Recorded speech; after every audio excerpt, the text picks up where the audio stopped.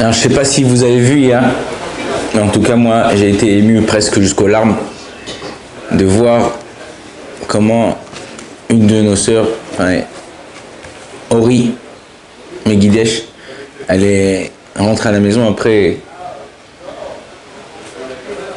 presque 2 semaines. Pour moi vraiment c'était waouh. Le Rav Dessler il dit comme ça, il dit si on prend un homme et on lui donne, on lui dit regarde, on prend toute la joie que tu as eue pendant toute ta vie, on te la met en un instant. En un instant de ta vie, c'est-à-dire, t'as quel âge? 30 ans, 20 ans, 50 ans, 80?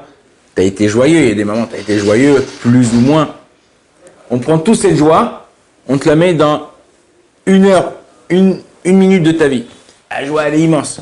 Il dit maintenant, si on prend toute la joie, pas seulement de toi, mais tous les gens qui habitent dans le monde, ouais, et on la met dans un seul homme, en un seul moment. La joie, elle explose, le mec, il peut plus se contenir. Il dit ça, c'est la joie qu'on a quand le Mashiach viendra, quand on se rapproche d'Akadosh Baruch Hu. C'est une joie qui est immense, on peut pas s'imaginer cette joie. David Amer, il dit, Az yemale sechopinu ulshonenu rina. Notre bouche, elle va se remplir de joie, de rire. Je dis, mais pourquoi? Quel rapport? Ma chère élève, t'es content, mais tu ris pas. Imagine-toi, je sais pas si, bon, peut-être vous savez, mais moi j'ai un grand-père qui est décédé à 50 ans. Père de mon père. Mezrat Hashem, qui est la venue du Mashiach, il va voir après quelques temps la résurrection des morts. Moi, disons qu'après Bezrat Hashem, s'il y a Mashiach et Mashiach, mais j'ai à peu près le même âge que mon grand-père presque.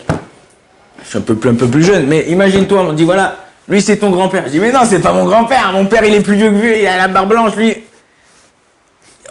On va voir des enfants ou des jeunes, et leurs enfants ils sont beaucoup plus vieux que le père, il est mort à 25 ans, et l'enfant il a vécu jusqu'à 80. Il dit ça c'est ton père. C'est mon père. Il dit mon père, papa. Le fait de voir la résurrection des morts, des choses comme ça qui sont waouh, ça nous fait sourire. Alors c'est vrai que c'est dur. Si vous regardez dans le Tanakh, il y a exactement la même histoire au même endroit avec David Ameler. Il est revenu, il est arrivé au nord de Gaza. Comme ça là-bas, regardez, prenez le Tanakh. Et il a vu que les Amalekim, ils ont pris des femmes, des enfants, ils ont tué, ils ont brûlé. Il a dit, ils ont commencé à pleurer jusqu'à qu'ils n'arrivaient plus à pleurer, tout le peuple. Et le peuple, il s'est relevé contre David. Comment tu as pu laisser faire ça? Et David, il s'est levé. Et après qu'il a terminé de pleurer, il a terminé à prendre le deuil, entre guillemets. Il a pris 600 hommes et il est parti avec eux, il a tout ramené. Là, Bezrat Hashem, on espère que Bezrat Hashem, Akadosh Baruch Hu, nous ramène nos femmes et nos enfants. Mais il ne faut pas qu'on oublie l'histoire. En 1948, quand il y a eu la déclaration d'indépendance d'Israël, on a dit à Ben Gurion qu'on a rédigé, attends, avant d'écrire quoi que ce soit, écrit en haut à droite, Bassad. C'est pas Mossad, hein, c'est pas de la viande, c'est rien, c'est Bassad, c'est Bessiata d'Ishmaïa, avec l'aide de Dieu, ou Bezrat Hashem. Il a dit non, oh, on commence le nouvel État, ça sera un État neutre, comme en France. Liberté, égalité, fraternité. On a vu ce qu'ils ont fait hier, avant-hier. Ils commencent à mettre des croix, pas des croix gammées, des Magen David, des étoiles de David, partout où il y a des juifs. Non, on ne doit pas avoir honte de ce qu'on est. La plus grande réussite de notre peuple, et c'est comme ça qu'on a réussi à être notre entité. Je ne sais pas si vous vous rappelez que vous avez parlé du fils du Rav Mordechai Eliyahu, Rav Shmuel Eliyahu, que le Vatican l'a appelé pour lui demander de lui rendre la menorah et certains kelis du Beth Amikdash. Et une des choses qu'il a dit, le ministre là-bas, il lui a dit, vous avez le mérite, vous, l'homme Israël, que depuis la nuit des temps, vous avez gardé Torah, Mitzvot ou Maasim Tovim. Vous avez gardé votre Torah, vos préceptes et vos bons actes. On continue à Regardez à Israël comment il est uni. on ne doit pas dire qui est responsable. C'est à cause de lui, c'est à cause de l'autre, c'est à cause de moi, c'est à cause de lui. Quand tu dis c'est à cause de lui, tu as un doigt vers lui, mais tu as 3 doigts vers toi. Alors déjà, vérifie-toi si toi...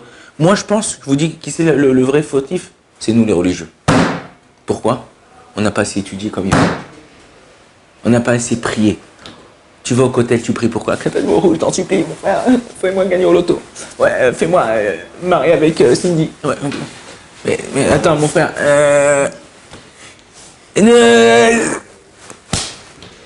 Demande pas des trucs que personnels. D'accord, vas-y, tu veux te marier, tu veux de l'argent, tu veux ce que tu veux.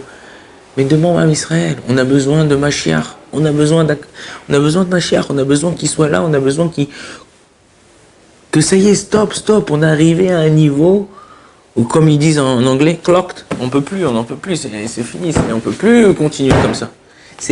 On est au bout du rouleau. Non, on n'est pas au bout du rouleau. Ça nous a aidés à nous relever la tête, à nous unir, et c'est ça. On n'est pas là pour accuser qui que ce soit. On n'est pas là pour mettre la faute ou pointer le doigt sur qui que ce soit, religieux, pas religieux. On a tous, chez nous, comme ça il dit le Balatania, tous en nous, Chelek Elokam Imal. On a tous une étincelle divine. Si moi je m'associe avec toi,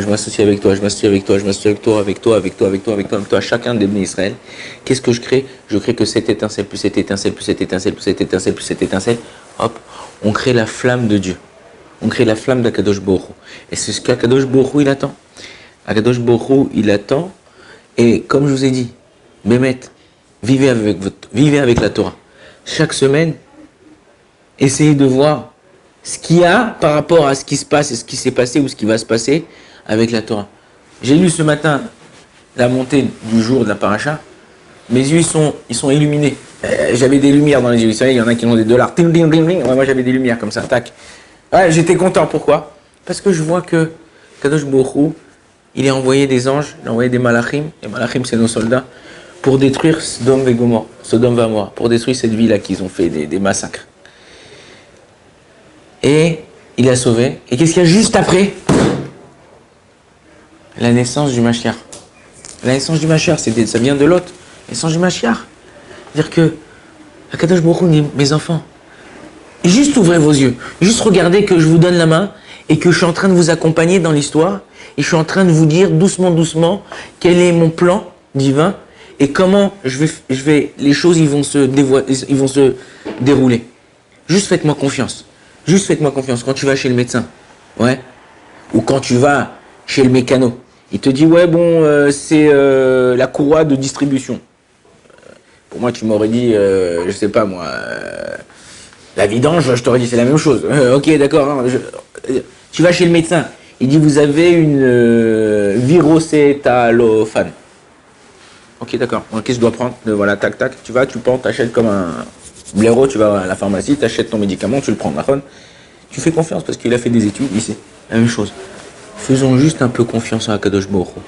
Essayons de faire peu importe qu'on soit différent dans notre habit, dans notre façon de parler, dans notre façon de réagir. Essayons de trouver les points communs, pas les points qui nous différencient. Trouvons les points communs parce qu'ils nous écartent. Pas ce qui nous éloigne, ce qui nous rapproche. Kazakh.